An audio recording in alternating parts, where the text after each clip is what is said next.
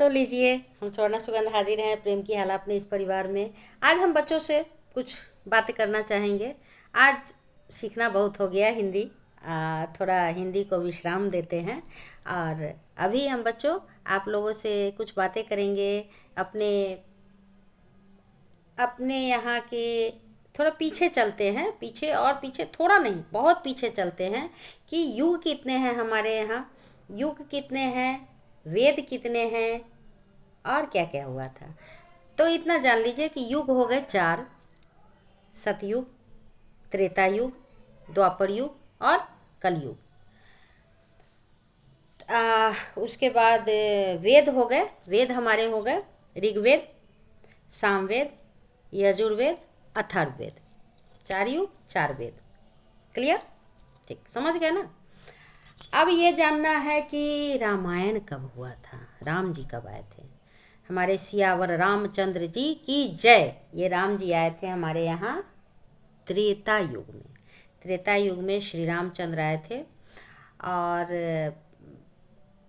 रावण का वध हुआ था। रावण प्रकांड पंडित, विद्वान, शिव का महाभक्त, फिर भी उनका वध हुआ, वो मारे गए। और उनको वध करने के लिए कौन आए?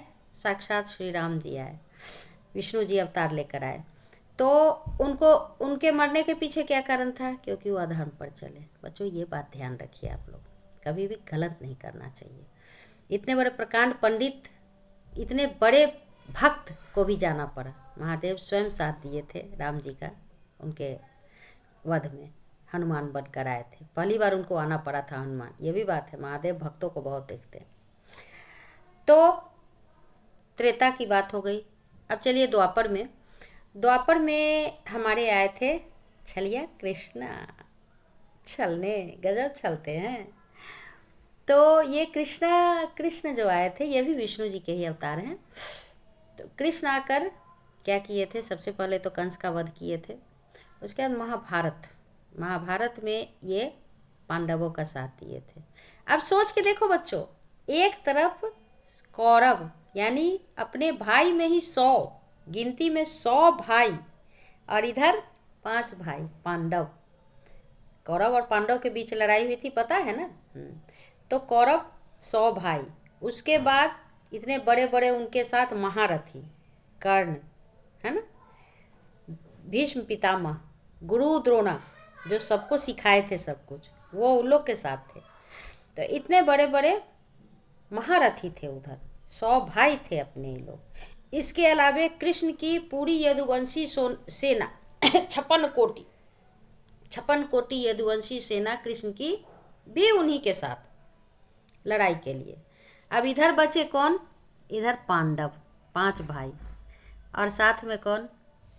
एक अकेला निहत्था कृष्ण।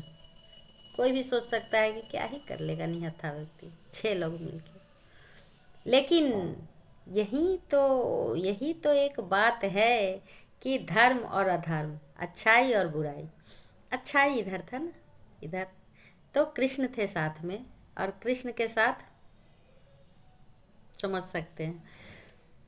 तो वो जो महाभारत में जो किए हैं, जो सब बिना अस्त्र शस्त्र उठाए, सिर्फ अपने दिमाग से, अपने बुद्धि से ऐसा किए हैं कि महाभारत पांडव जीत गए हैं। इसलिए बच्चों कहते हैं कि एक तो गलत करो मत, कभी किसी के साथ अन्याय मत करो, और दूसरी बात यह है कि हमेशा दिमाग लगाओ, बुद्धि का इस्तेमाल करो। ठीक है? तो ठीक है, आज के लिए इतना ही। कल फिर मिलते हैं, कुछ और बातें करते हैं।